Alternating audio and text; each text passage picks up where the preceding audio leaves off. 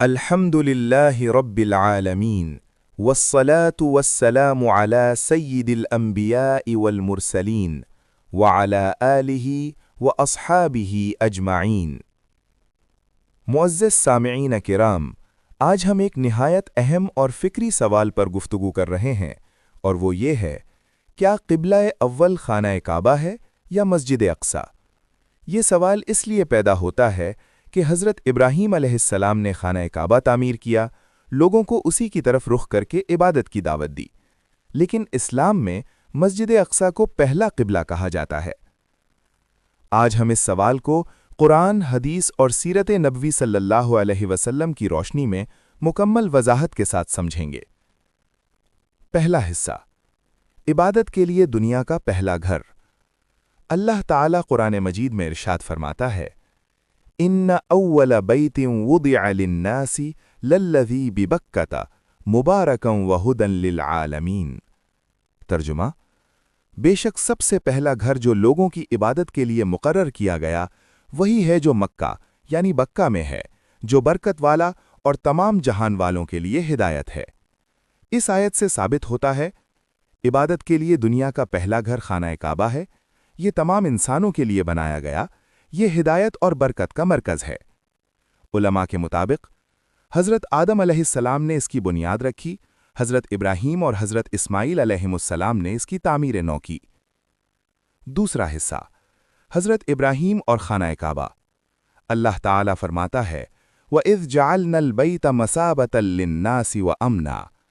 ترجمہ: اور جب ہم نے اس گھر کو لوگوں کے لیے بار بار لوٹ کر آنے کی جگہ اور امن کی جگہ بنایا۔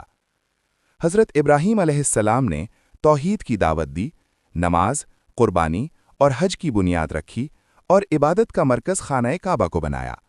اس اعتبار سے ابراہیمی دین کا قبلہ خانہ کعبہ ہے۔ تیسرا حصہ، نماز کب فرض ہوئی؟ نماز کی فرضیت کا تعلق واقعہ معراج سے ہے۔ یہ واقعہ ہجرت سے تقریباً 1.5 سال قبل مکہ مکرمہ میں پیش آیا۔ حدیث میں آتا ہے: فرضت الصلوات 50 صلاۃً۔ مفہوم: پہلے 50 نمازیں فرض ہوئیں، پھر تخفیف ہو کر 5 رہ گئیں، مگر اجر 50 کا رکھا گیا۔ اہم نکتہ: 5 وقتہ فرض نماز معراج سے پہلے فرض نہیں تھی۔ چوتھا حصہ، نماز فرض ہونے سے پہلے عبادت۔ معراج سے پہلے بھی عبادت موجود تھی، مگر 5 وقتہ فرض نماز نہیں تھی۔ قیام، ذکر، دعا اور سجدہ موجود تھا۔ اللہ تعالیٰ فرماتا ہے: وَاسْجُدْ وَاقْتَرِب۔ ترجمہ: اور سجدہ کرو اور اللہ کے قریب ہو جاؤ۔ علماء اس عبادت کو نماز کی ابتدائی شکل یا نماز مکی کہتے ہیں۔ پانچواں حصہ، اس عبادت کا رخ کس طرف تھا؟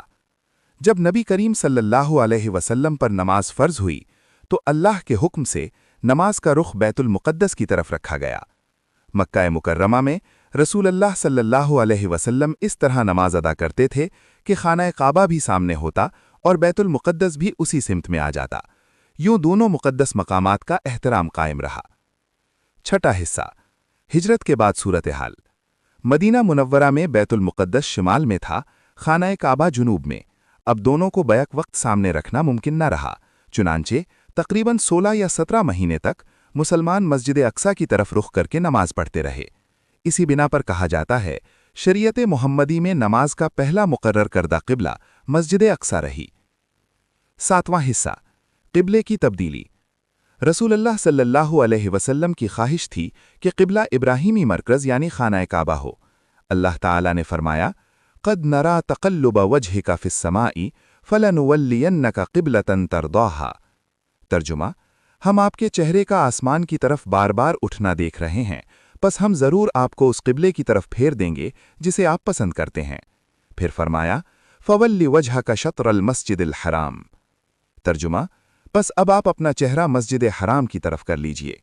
یہ حکم نماز کے دوران نازل ہوا اور صحابہ نے فوراً رخ بدل لیا۔ اسی مسجد کو مسجد قبلتین کہا جاتا ہے۔ ساتواں حصہ، مسجد اقصی کی اہمیت۔ قبلہ بدلنے کے باوجود مسجد اقصی کی عظمت برقرار رہی۔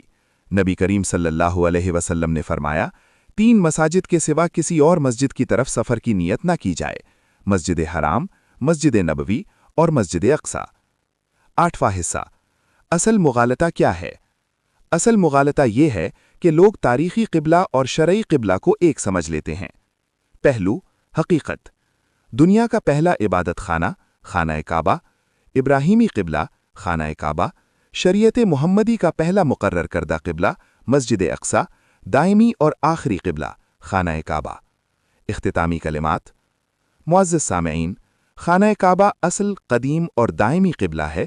مسجد اقصی نبی کی امت کے لیے نماز کا پہلا مقرر کردہ قبلہ رہی۔ یہ سب اللہ کی حکمت، تربیت اور آزمائش کا حصہ تھا۔